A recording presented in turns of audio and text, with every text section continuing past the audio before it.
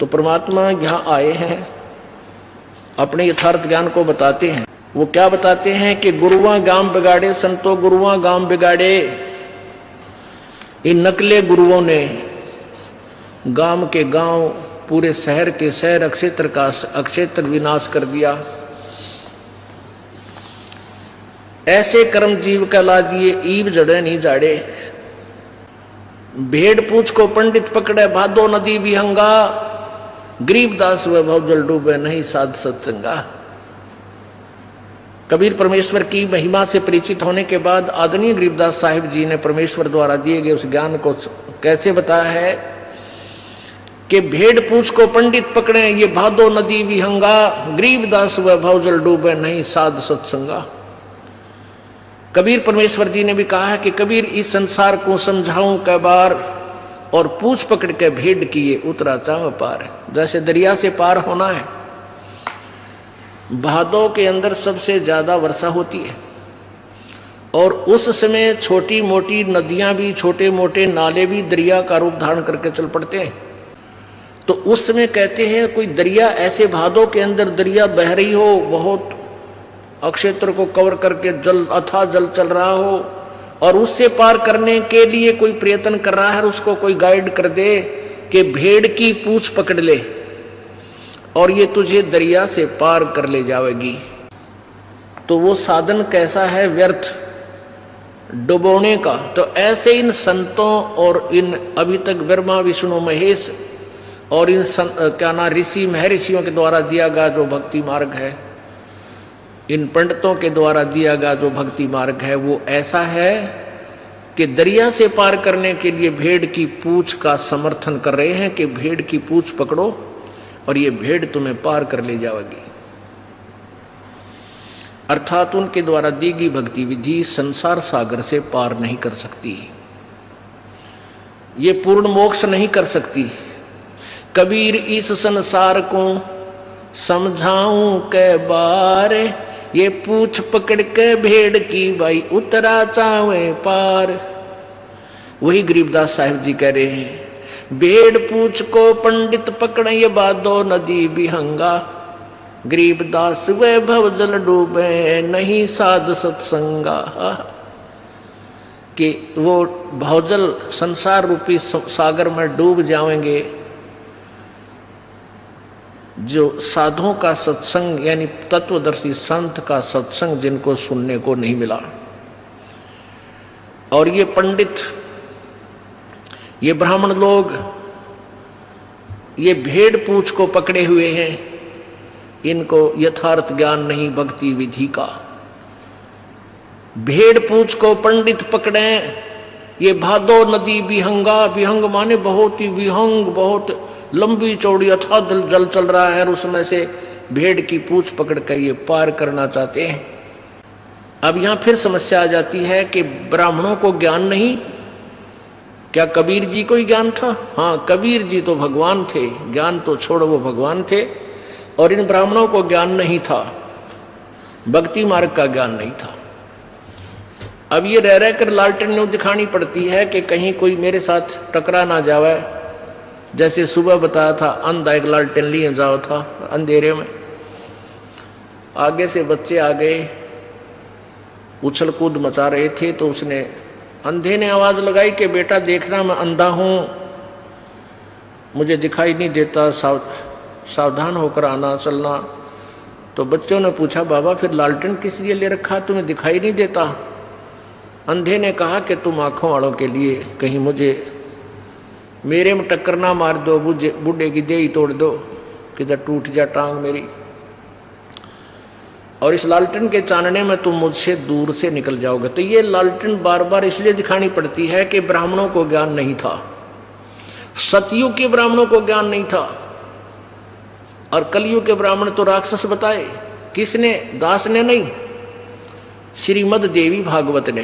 ये देखो श्रीमद देवी भागवत, संक्षिप्त श्रीमद देवी भागवत, सचित्र मोटा टाइप, केवल हिंदी, संपादक हनुमान प्रसाद पोदार, चमनलाल गोस्वामी।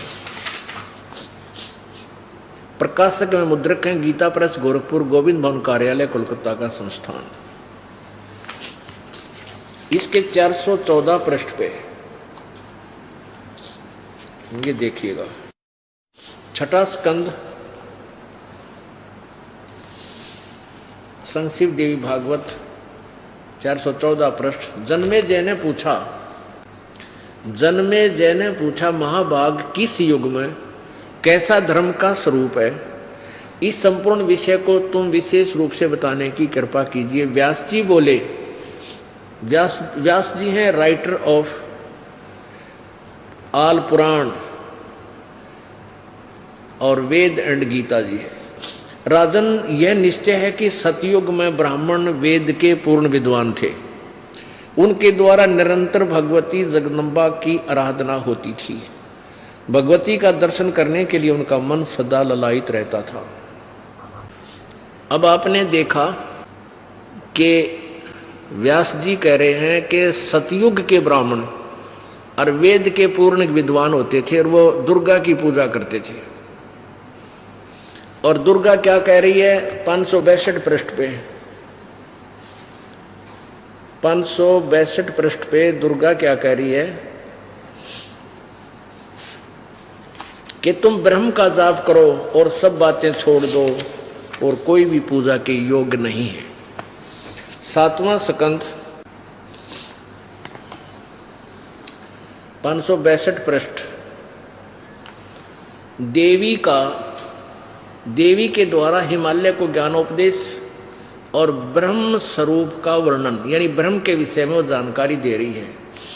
श्री देवी जी कहने लगी, पर्वतराज, उस ब्रह्म का क्या स्वरूप है यह बतलाया जाता है, जो प्रकाश रूप सबके अत्यंत समीप में स्थित हृदय रूप गुहा में स्थित होने के कारण गुहाचर नाम से प्रसिद्ध है और महान पद अर्थात परम प्राप्य है। वह समस्त संसार के ज्ञान से परे है, अर्थात किसी की बुद्धि माने वाला नहीं है, यह तुम जानो। जो परम प्रकाश रूप है, जो सूक्ष्म से भी अत्यंत सूक्ष्म है, जिसमें संपूर्ण लोक और उन लोकों में निवास करने वाले प्राणी स्थित है, वही यह अक्षर ब्रह्म है। वही सबके प्राण है, वही सबकी वाणी है और वही सबके मन है। वह यह परम सत्य और अमृत अविनाशी तत्व है। सौम्य, उस वेदने योग लक्ष्य का तुम वेदन करो, मन लगाकर उसमें तन्मय हो जाओ। सौम्य, उपनिषद में कथित महान अस्त्र रूप धनुष लेकर उस पर उपासना द्वारा तीक्ष्ण किया हुआ बाण संधान करो और फिर भावानुगत चित्त के द्वारा उस बाण को खींचकर अक्षर रूप ब्रह्म को ही लक्ष्य बनाकर वेधन करो। परवण यानी ओम उसका धनुष है, जीवात्मा बाण है और ब्रह्म को उसका लक्ष्य कहा जाता है। उस एकमात्र परमात्मा को ही जाने, दूसरी सब बात छोड़ दो। अब दुर्गा कह रही है कि मेरी भी पूजा त्याग दो और अन्य देवताओं की पूजा भी त्याग दो, केवल एक ब्रह्म की पूजा करो, नथिंग एल्स। उसका क्या मंत्र है ये देखिए, एकमात्र परमात्मा को जाने, दूसरी सब बात छोड़ दो। यही अमृत रूप परमात्मा के पास पहुंचाने वाला पुल है। संसार समुद्र से पार होकर अमृत रूप परमात्मा को प्राप्त कराने का यही सुलभ साधन है।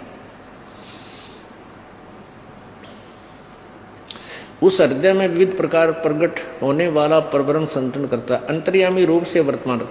इस आत्मा का ओम के जप के साथ ध्यान करो। इससे अज्ञान में अंधकार से सर्वथा परे और संसार समुद्र से उस पार जो ब्रह्म है उसको पा जाओगे, तुम्हारा कल्याण हो। यानी ओम का जाप करो, ब्रह्म प्राप्त करो। और वो ब्रह्म कहाँ रहता है?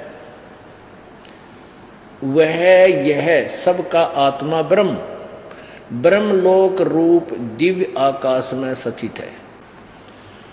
अपने आत्मा 9 कहते हैं, भेड़ पूछ को पंडित पकड़े, भादो नदी बिहंगा, गरीबदास वैभव जल डूबे, नहीं साध सत्संगा।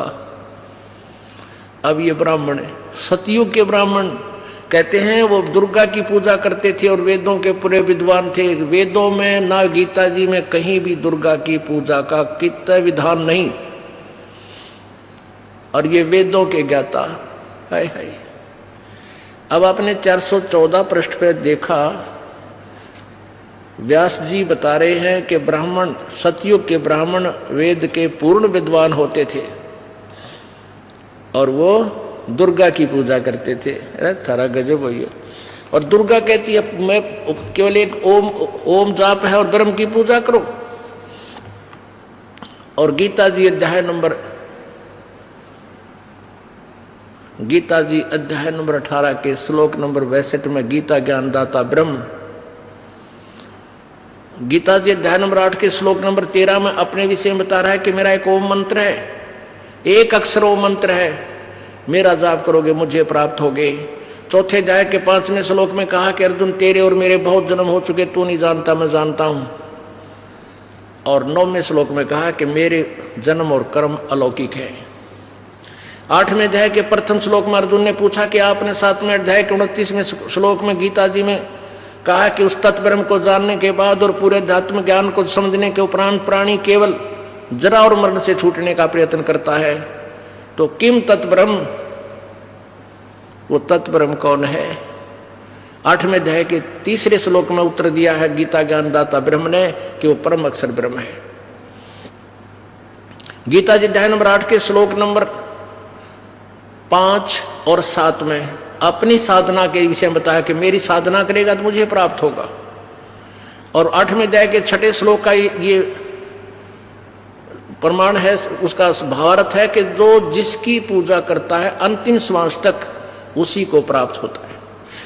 8वें अध्याय के 8, 9 और 10 3 श्लोकों में उस परम अक्षर ब्रह्म की साधना के लिए कहा कि उसकी पूजा करेगा तो उस परम दिव्य पुरुष परमात्मा के पास पहुंच जाएगा। उसके जाप का मंत्र 17वें अध्याय के 23वें श्लोक में गीता जी में कहा है कि ओम तत्सत इति निर्देश है। ब्रह्म ने त्रिविध समर्थ है।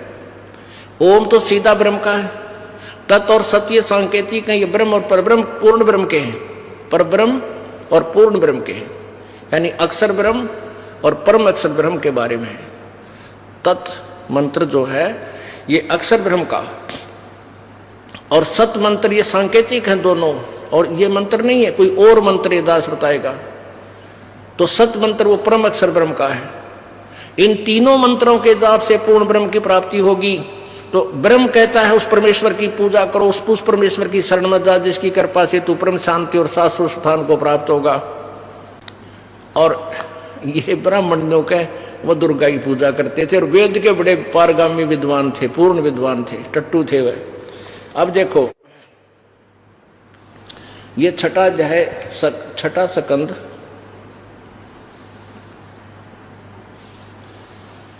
श्री संक्षिप्त देवी भागवत 414 पर आपने पढ़ा था कि व्यास जी बता रहे हैं जन्मेजय को कि राजन यह निश्चय है, यानी पक्की बात समझ लिए कि कलयुग सतयुग के ब्राह्मण वेद के पूर्ण विद्वान थे, उनके द्वारा निरंतर भगवती जगदम्बा की आराधना होती थी। भगवती का दर्शन करने के लिए उनका मन सदा ललायित रहता। ये तो सतयुग के ब्राह्मणों का स्थिति है। और ये देखो इसके बिल्कुल इसी पृष्ठ पे अगले पैरे में धर्म की यही सतीथि त्रेता में भी रही परंतु कुछ ह्रास हो गया, और सतयुग की तो सतीथि, सतयुग की जो सती थी वह द्वापर में विशेष रूप से कम हो गई। उन प्राचीन धर्म की सती थी त्रेता युग में रही परंतु वह ह्रास हो गया। सतयुग की जो सती थी वह द्वापर रूप में विशेष रूप से कम हो गई। राजन उन प्राचीन युगों में जो राक्षस समझे जाते थे वे कलयुग में ब्राह्मण माने जाते हैं। ये वर्तमान के ब्राह्मण है तो कलयुग में जो राक्षस होते थे उनके समान है, क्योंकि अब के ब्राह्मण प्राय पाखंड करने में तत्पर रहते हैं। दूसरों को ठगना, झूठ बोलना और वैदिक धर्म कर्म से अलग रहना कलयुगी ब्राह्मणों का स्वाभाविक गुण बन गया। आप भी दुखों से छुटकारा पाना चाहते हैं तो आज ही बुक करें निःशुल्क पुस्तक ज्ञान गंगा। ज्ञान गंगा पुस्तक निःशुल्क मंगवाने के लिए अपना पूरा पता पिन कोड के साथ हमें लिखकर भेजें। हमारा व्हाट्सएप नंबर है 9992600893।